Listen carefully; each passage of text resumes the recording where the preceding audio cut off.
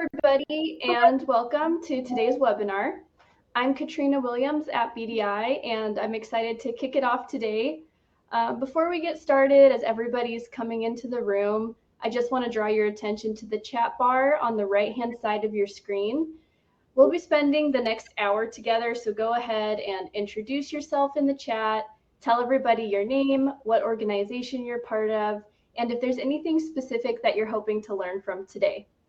Stephanie and Mindy will do a Q&A at the end, so if you have any questions, go ahead and enter them into the chat. You can also use the chat as a way to just connect with each other, get to know one another, and ask each other questions.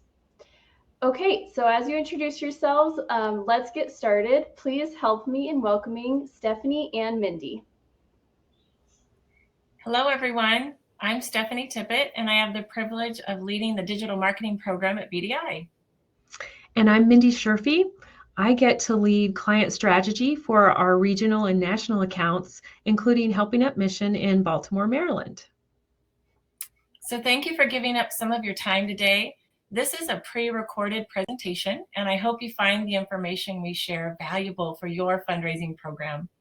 And a special thank you to Chris Sherrar, the Director of Philanthropy at Helping Up Mission in Baltimore, who presented with us live when this was originally given at Citygate earlier this year in Florida. So as Katrina mentioned, we'll be back on live at the end for Q&A. So thank you and enjoy the presentation. So when my boys were little, and you know your kids always have those papers in school to write about, here's my family, here's what they do. Just about every year, I'd get that question, Mom, what is it you do again? And my husband was a civil engineer. He worked in transportation, roads, traffic signals. It totally made sense to them. They got to go to the shop where he worked, sit on the trucks, that sort of thing. But the idea of like account director, direct response fundraising, they had no idea, no matter how many times I told them. That just didn't resonate with them. So I didn't do a good job building my brand within my family. So I imagine for many of you, your organizations in your community have similar experiences. People just don't really know what you do. So this morning, it's our pleasure to take some time with you and share how you can strengthen your brand awareness through social media. We'll start with just some sort of basic principles and then go into some practical examples how Helping Up Mission has used both organic and paid media to build their brand across Baltimore. So you might ask, why social media? Why is that a good medium for strengthening your brand? And the simple answer is just, it is a massive audience that you have access to. So, massive audience. But before you can really start promoting your brand on social media, you really have to know who you are, what you do, what you believe in. Once you've done that, then you can begin to start building compelling content and this concise and authentic social media presence that's going to resonate with your audience. So let's get started. The first, define your brand. That might be starting with a brand audit. Take a look at your communications, your brochures, your website, other materials, your current social media platforms. What do they look like? Does it reflect your identity, your mission, your vision, where you are right now? If you set them up 5 years ago, 10 years ago, it may not be accurate. So it may be you need to consider a brand refresh or even a total rebrand before you really launch into a new digital campaign. Next, define your target audience. Who are you trying to reach? And not only who are you trying to reach, where are they hanging out in social media platforms? In a couple minutes, Stephanie's going to walk us through, 6 or 8 different social media platforms and share with us the different people, because the people hanging out in TikTok are not necessarily the same people hanging out in Facebook or LinkedIn. So know who you're trying to reach, your target audience. Okay, you've defined your brand, you've defined your audience. Now it's time to create a strategy and a content calendar. And what that might look like is as I just mentioned, what platforms are you going to be in? What's the content you're going to create? And more importantly, how are you going to measure your success? What are you trying to accomplish? Next, we're going to talk about social media platforms. How do you choose? There's so many, right? So there's many different platforms for organic, which you're going to be aware of. But there's also many different platforms for paid media. And so let's look at a few of those and see who is hanging out where. So first, Facebook. And I want to talk about a little bit on broad strokes. The majority of all of these digital channels, they're going to give you the awareness that you want. They're going to they're going to help you build your brand. They're going to send thousands of impressions out in the market. And some are better than others at conversion, but all of them are going to help you place more impressions and speak to a broader audience. So Facebook in particular, in our experience, is actually still a good channel for both. So Facebook is good for awareness. Facebook can be good for conversions. And for the rescue mission audience, what we're finding is that they're still there. Your donors are there, right? A lot of us as we are aging, we're still using that. Maybe the younger ones, not so much. But from where your audiences are, it's a very strong channel. Instagram. So Instagram also, now that it's connected to Facebook, Instagram is also a good channel for awareness and also for conversion. We expect to see the age profile is probably going to continue to age a little bit more because a lot of folks who are on Facebook are also using Instagram. And we also see very strong engagement with the reels and stories. LinkedIn. How many have a LinkedIn profile? How many had a LinkedIn profile like 2 years ago? So LinkedIn is growing. LinkedIn is great for you. I love LinkedIn for both of us. I love LinkedIn to build your personal brand because you have a personal brand, but you have a brand that's also connected to your organization. So we use LinkedIn to build both of those things. It's great for B2B communication, sharing the mission and vision of your organization. Thought leadership content, again, is great on LinkedIn for your organization. So LinkedIn can help you connect to local businesses in your community. And it also can be a great tool for recruitment. TikTok. Okay, how many in here have explored TikTok?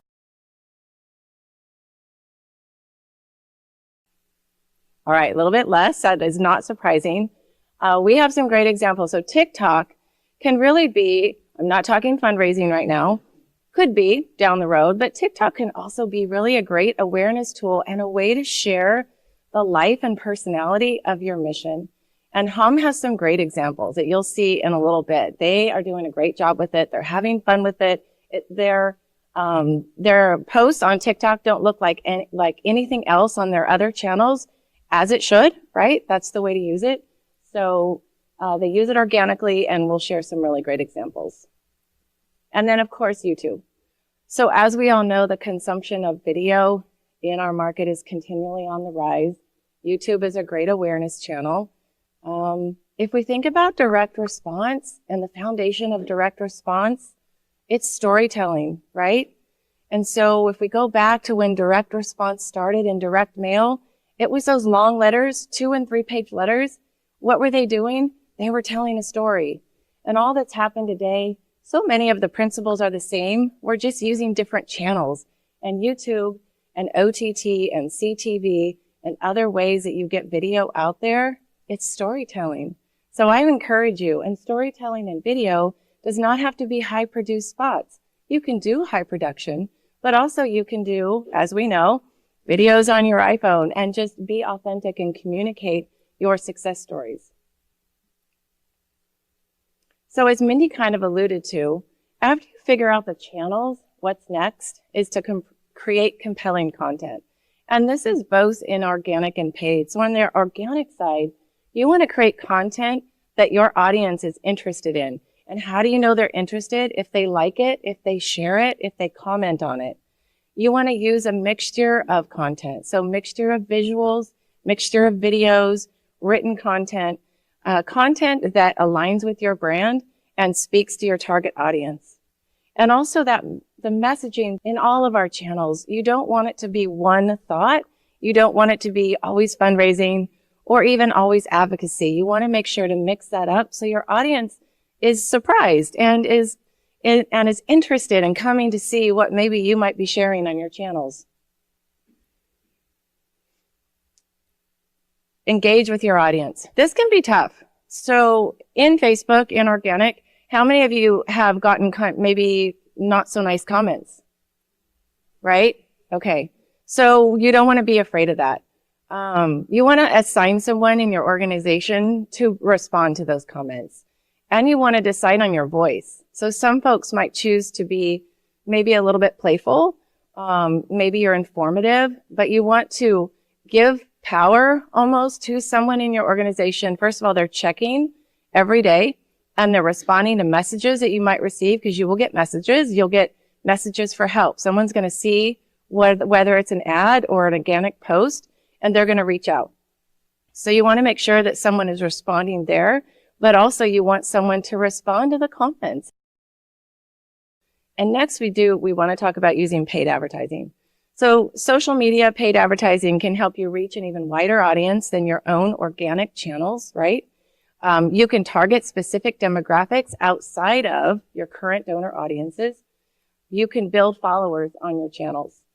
And in addition to just the paid social, and when I say paid social, we're talking Facebook and Instagram, your social channels placing paid ads. But there's other channels to consider in paid advertising. There's going to be programmatic display. There's going to be paid search. There's going to be Google Grant. You can place ads in OTT and CTV and programmatic audio. And next time if we talk, I bet you next year there's going to be another channel that we're going to talk about. And next, track your results. Okay, so I could go on and on. This is probably my favorite slide of the deck because this is where I like to live. So this is something I'm really passionate about. It's important to track your social media, organic and paid. So if you think about organic, it's what I referred to before. So when you're doing your posts, you can look at Facebook Insights, let's say, or back on the back end of Facebook, and you can know what the most popular posts are. You can look at how many people are clicking and engaging and sharing. What does that tell you? So that tells you the kind of content that your audience is interested in, which is really important to know. So that's something that you can help when you're helping to build out your content calendar. You know, well, my audience resonates here. And so and maybe they don't like this kind of content, but they need more of this content. And again, making sure that you're adding variety to it. The other thing then is, of course, is in paid. So in paid advertising, you can use Google Analytics. When I think about tracking paid media, I go back to the basics of first your website. Is it a fundraising focused website? Does it have advanced tracking set up? Google Tag Manager is what we use. Is your website funneling your traffic to your donation page? Okay. Then you want to look at your donation page. And it's basic, but it's really smart. Is your donation platform that you're using a highly converting platform? What does highly converting mean? On average, the average across the U.S., what they say is about a 17% conversion rate is baseline. So if you're below that, there is an opportunity there just by switching your platform to increase the revenue from all this effort and advertising that you're doing. When you think about tracking and you're evaluating your campaigns, go back to the basics. Check your website, check your platform before you spend all this money driving traffic and not capturing your conversions. So Chris is up next, and he's going to talk more specifically about Hum and how he has used these strategies. Thank you. Who else has heard this? Who else has the famous four? We call it the famous four at Helping Up Mission. I had no idea. For the person to come for the tour the very first time, I've been giving to you for so many years. Our CEO, hosted a trustee of a foundation, and that foundation, he provided our new CEO, he wanted to give him background, and he provided him a letter that says that they've been supporting us since 1956.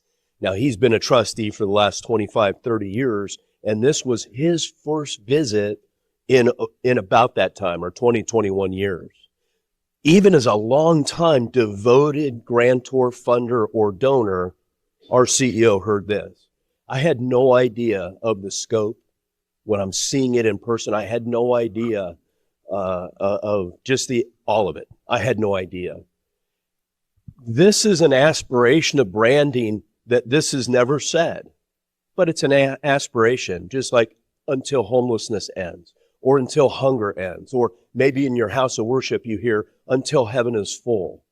They're aspirational. We'll never get to a point where everybody has a full idea, but branding through social media and other channels start to minimize that. But it's aligned with the mission and the vision and the values. Our branding effort in 2010 was preceded by our strategic plan in 2010. And so we were aligning our messaging. We were looking through, we knew that we were going to be approaching breakthrough programming. And breakthrough programming requires breakthrough funding. And breakthrough funding requires breakthrough branding to draw in deeper our existing audience and our existing partners and donors and funders and grantors, but also extending the reach to those who don't know us yet. Talking about the whole breadth and width and breadth and depth of social media to reach audiences who may not know of us.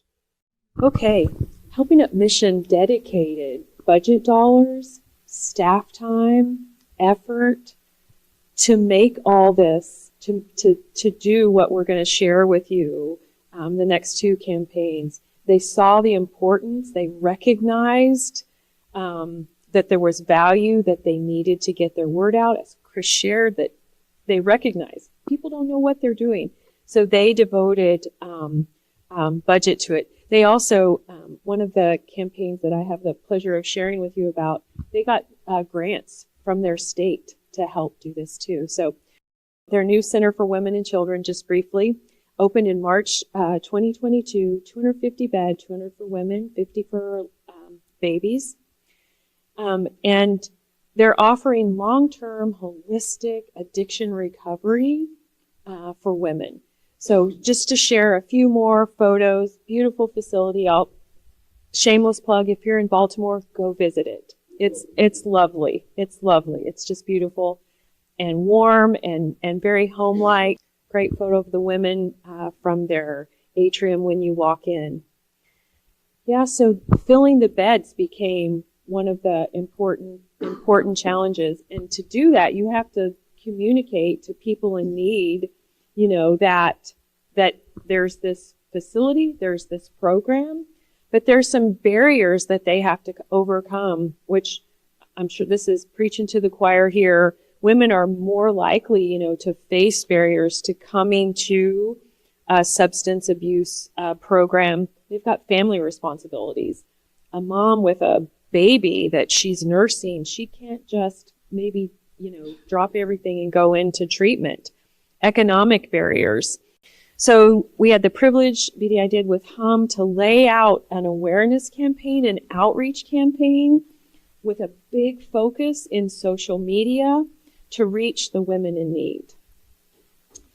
And our goals specifically to help overcome, you know, to reach more women and moms with babies with the news that recovery assistance was available, and to increase enrollment in the new Center for Women and Children. That's our goal. So as we mentioned, if you think back to the basics that we started with, you know, define your target audience. First was define your brand. Well, we had to define the brand as now this brand cares for women.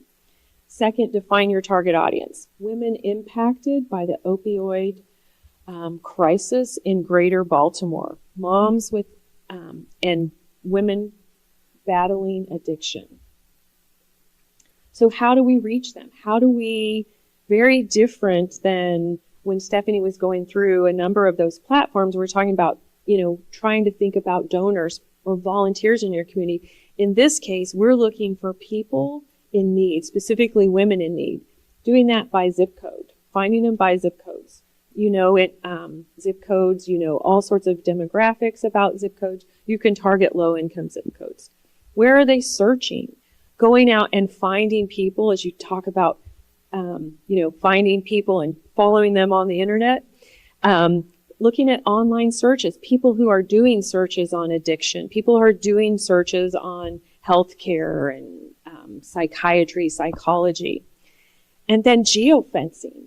Geofencing, I think people think about, geofencing a football stadium or something like that. In this case, we were looking specifically at methadone clinics and hospitals, police stations, again, where people who might be suffering would be hanging out. So now we get to the point of putting that strategy together, the content. What are we going to serve? Where are we going to serve it? So this is just a few examples. This creative would have been used across multiple social media platforms. So specifically, we ran paid ads in Facebook, Instagram, and display. We had Facebook virtual events, programmatic audio, which, again, I had to learn a lot of these OTT, CTV, programmatic audio words. But when you're listening to Spotify or Pandora or one of those other music streaming platforms and you get that little spot, that's what programmatic audio is. So where are these women? They're on Spotify. They're on these channels. So putting ads on there. We also did a microsite and landing page for them.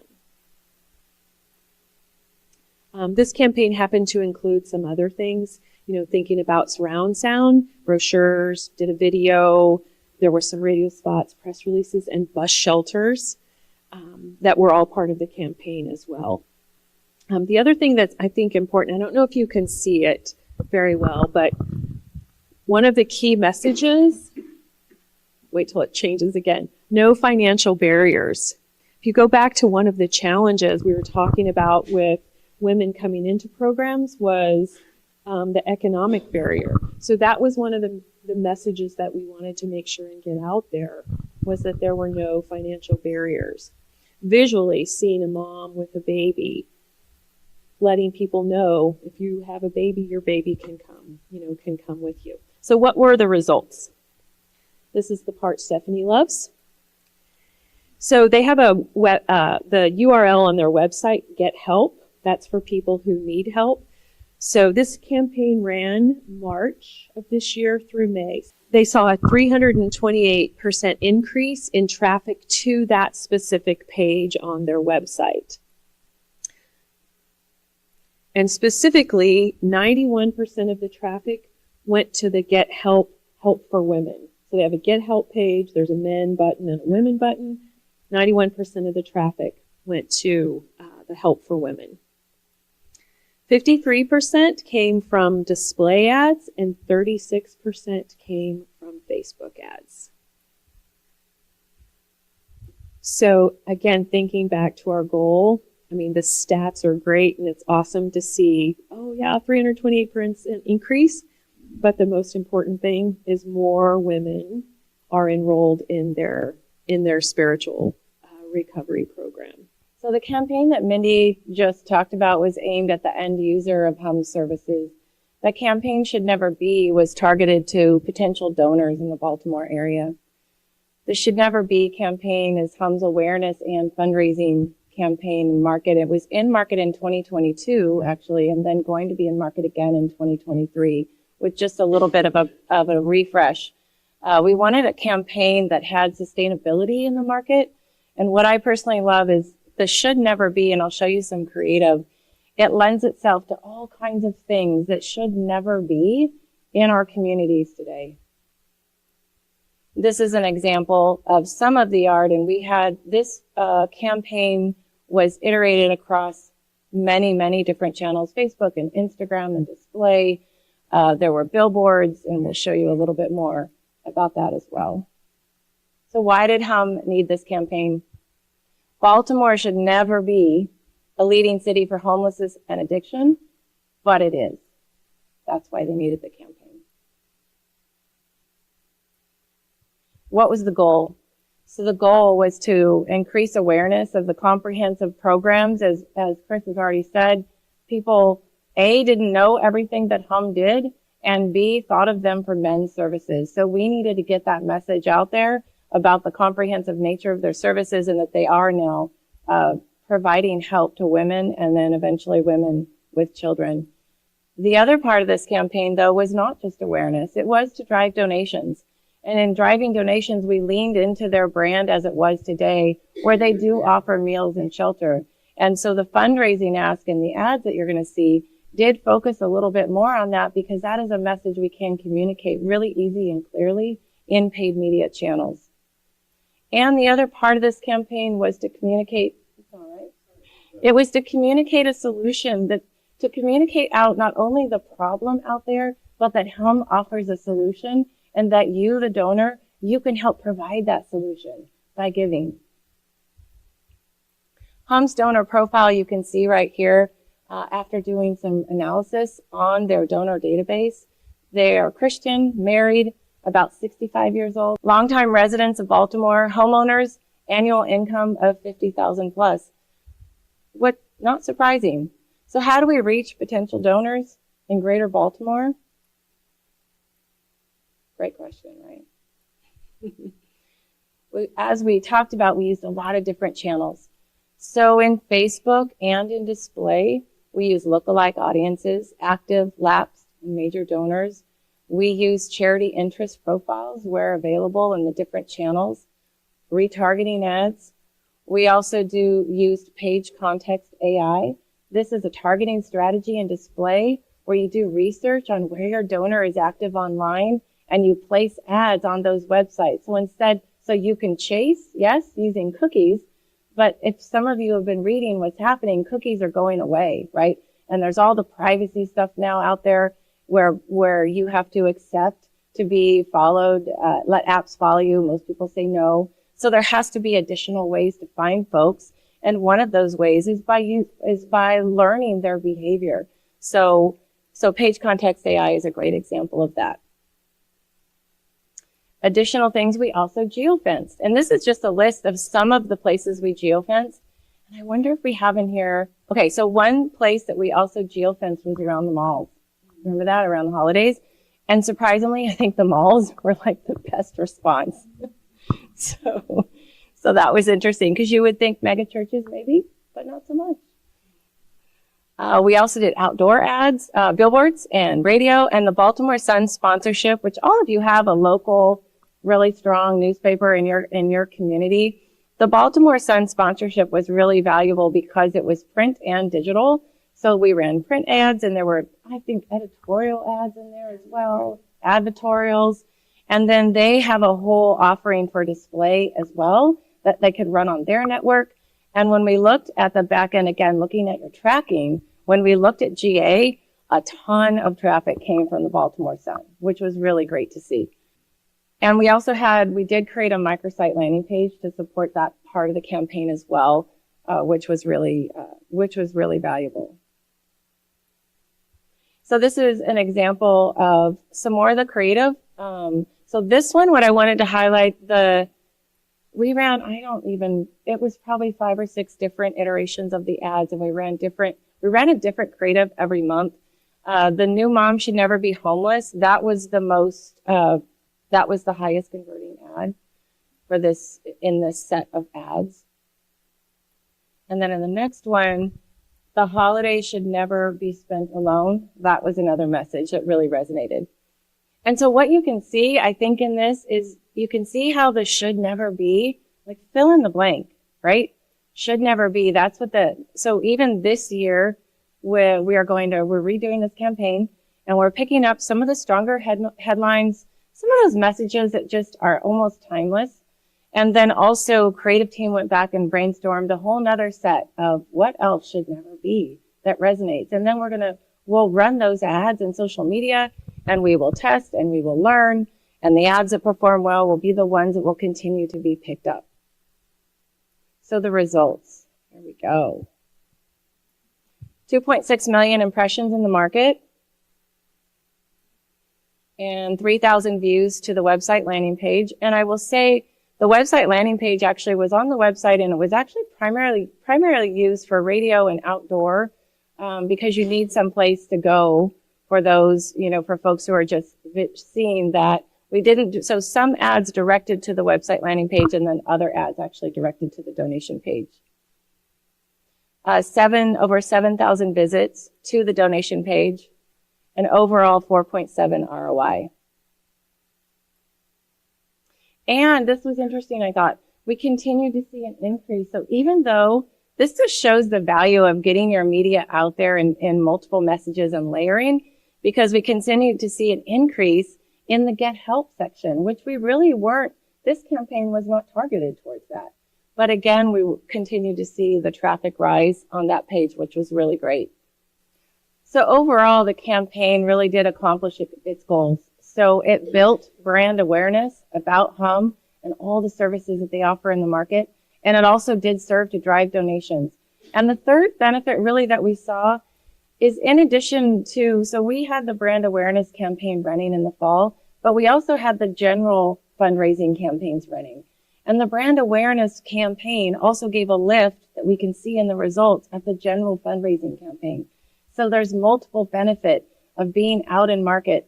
And then again, organic. And organic was supporting and complementing everything that we were doing in paid, which is what Chris is going to show some examples of. Okay. So we're going to work through that. But before we do that, I remember that this is that, again, as I mentioned before, that the branding, and I have a note here, it's a common quote that people might have heard about branding. And I didn't realize it was Jeff Bezos giving credit for the quote, who said, "Your brand is what other people say about you when you're not in the room." Well, that might be true, but it's not in a vacuum.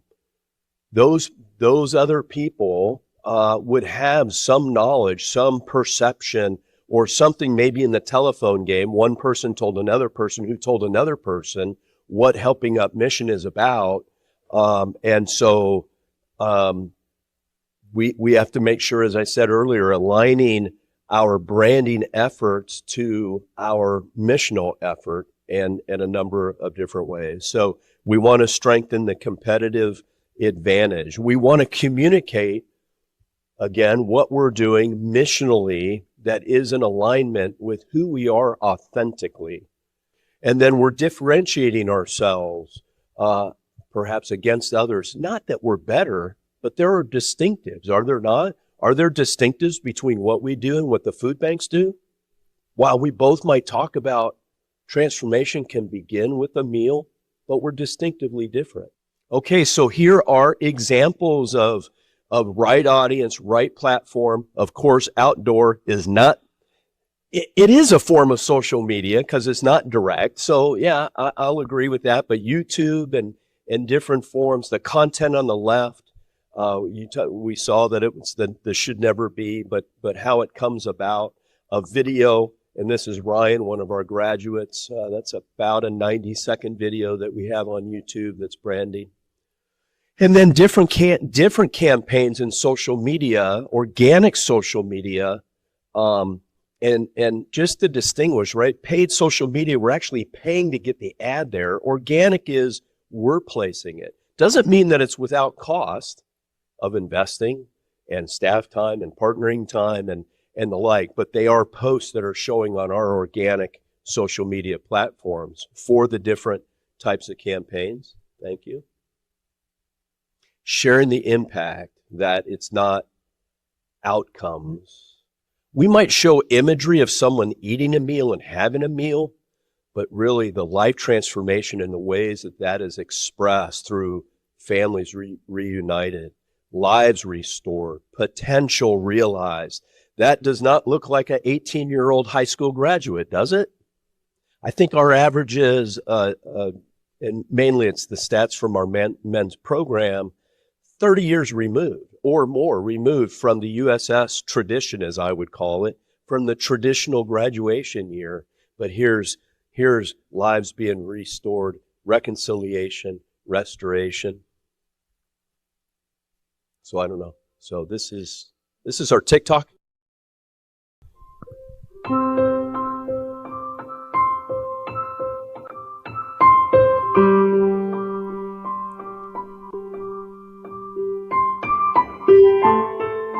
Miss Terry, what does recovery mean to you? Right, recovery means to me everything. It's living, not existing.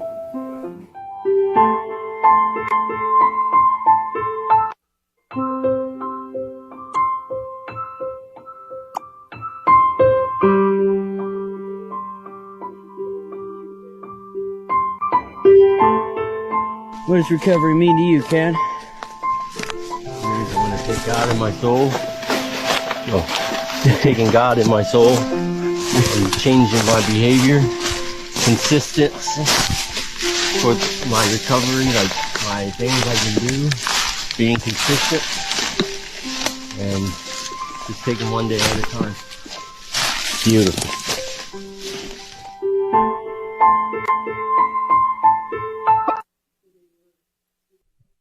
And so we had a CEO transition in January, and these are examples of us getting that word out. We might put out a press release, a media alert, but that doesn't mean it's going to be picked up. But we definitely wanted to get the word out. And I think this may have had links. I think this one on the left has a link to the CEO announcement, was video based, where they're each, Daniel Stoltzfus, our new CEO, Bob Gaiman, who is now president emeritus. But that would be another example of branding. You know, this takes a form of authenticity, transparency, proactiveness. This isn't anything that we're shying away from Bob was with us in the role of CEO for more than 28 years. And so we're getting that word out and different ways to do that. And then as we are working as part of our social media and awareness campaigns, we were reaching out to radio stations and other media outlets. You can see CEO You Should Know, Heart Media, iHeart Radio. That was a partnership with our local Odyssey and iHeart. Examples of that, experts. And this is my boss, Jennifer Badon, and celebrating achievements, celebrating recognitions. In humility, we still want to show that we're a force of change, of life change, that we have invested in careers and invested in our services, and we are grateful when others are celebrating us. But this is affirmational for who we are as a mission, and donors and others who want to be connected with it. There is a ego in each of us as humans, as we want to attach with winners, with effectiveness, and in this case, it's effectiveness in life transformation. But in that human emotion, it's working. And then here are other examples of, if we are in articles, it was mentioned Baltimore Sun had their very first inaugural special insert during Recovery Month about addiction recovery in Baltimore, and we were offered the opportunity to be the key sponsor in it, and we knew that it was worth fitting into that campaign. Okay, so I just want to give another big thank you to Chris at Helping Up Mission for joining us in that presentation. And now we're going to transition to a time of Q&A with Stephanie and Mindy. So if you have any questions for Stephanie and Mindy about that presentation, about this campaign, any sort of questions, please go ahead and enter them into the chat now, and we'll get started. I do have a question that came in beforehand. It is, what kind of budget would you need for a branding campaign like this? So who wants to take it? Stephanie, you want to start and I'll add my 2 cents at the end? Sure. It's a great question. So I think honestly, there's room for really all different levels of budget because with digital, couple things. So because with digital, there's different channels that you can add. So when you're thinking about awareness, you can layer. Everything is about layering. So if you already have an annual campaign, for instance, that's running in digital, and then you wanted to layer in and you started, say you're a smaller budget, you start with Facebook and you get additional Facebook campaign in there. That additional Facebook campaign is also going to give a boost to your annual campaign. Another idea to think about would be partnerships. We often work with our clients, and the partnerships they might already have in their local market.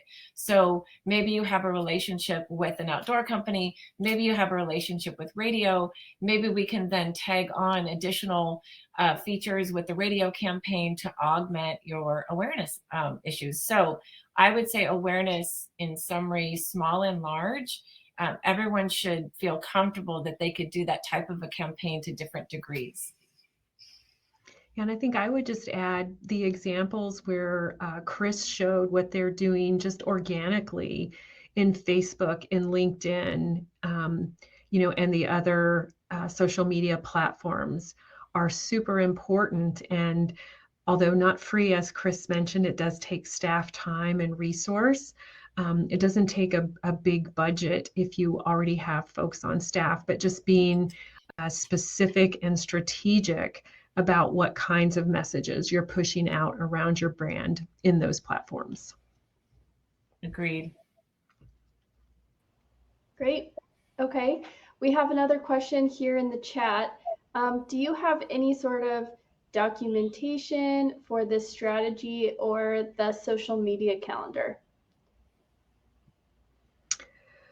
Yeah, if you're a BDI client, we have a sample social media calendar in our library.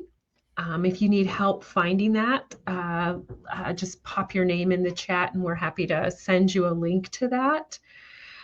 As far as documentation around this campaign, tell me a little bit more what you might be asking about.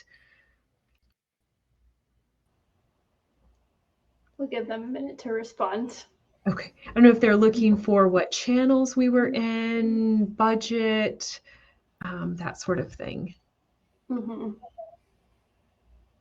That would be something we could do a follow-up on as well. I think we'd be happy to share kind of a broad stroke what that for this particular client, what that schedule looked like. They said for social media, LinkedIn, Instagram, and Facebook. Okay. Yeah. So for this campaign, we were primarily, for the outreach campaign, the one where we were trying to secure and grow the number of people in the program. For that campaign, we were in Facebook and display. Did not utilize LinkedIn for that campaign because, again, our target audience was women suffering addiction and also pregnant women who might be homeless and or addicted. So our audience was a little bit different. So we did not go into LinkedIn, but we're in Facebook, Instagram, display ads. Also, as the other unique, not a social media per se, but another unique channel that we've used in both of these awareness campaigns are bus shelters, and particularly for the outreach campaigns where, again, you're trying to reach an audience of people who might need Helping Up Mission services. The bus shelters have proven to be a really good place to be.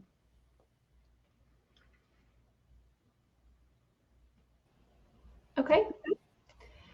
Great. Okay, next question. Do you suggest a different strategy for each platform? And I'm guessing social media platform. Yeah, I'll take that one. There's a different strategy. There's a different strategy at the creative level, but also I would say at the audience selection level.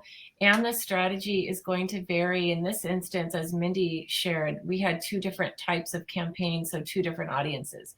So the campaign that was running that was towards folks who we would want to come to the mission and get help was different than the fundraising campaign. And the fundraising campaign also then even split into fundraising and awareness. And so, yes, I would say there's definitely thoughtfulness in kind of that whole donor journey, who you're talking to and where you want them to go, what messages you want them to see. Not overcomplicated, I would say, but there is strategy and coordination in that, even in thinking about, the ads that are they going to link to a donation page or are they going to link to a landing page? And the answer to that question is going to vary based on where that media is placed. But I think sort of to tag on to that, for example, with YouTube in the Should Never Be campaign that Stephanie referenced, we had a 90-second video, I think, that was running out in YouTube. We had that same video edited down to 15 seconds, 30 seconds, 60 seconds that was running in different platforms, because depending on that platform, different lengths of video are going to be more effective. And also with adding the CTV and YouTube where you're pushing out video, having remarketing ads that might be specific to people who are in those. So definitely your strategy is going to vary by the platform that you're in. Great. Okay. Any other questions for Stephanie and Mindy about this campaign? For those of you who came today, we'll send you a recording so that you do have access to the slides so you can watch back if you need to. So I think we're good. If you have questions, feel free to email us at bdiagency.com. You can contact us and we'll send your questions to Stephanie and Mindy so they can answer them if you have any after the fact. And yes, Drew is here from Hum today. So he's chiming into the chat, just talking about their social media strategy. So you guys can see that. So thank you, Drew, for joining us and for participating in this campaign too. Goodbye, everybody. Right. Thank you for joining. Thanks, everyone. Bye.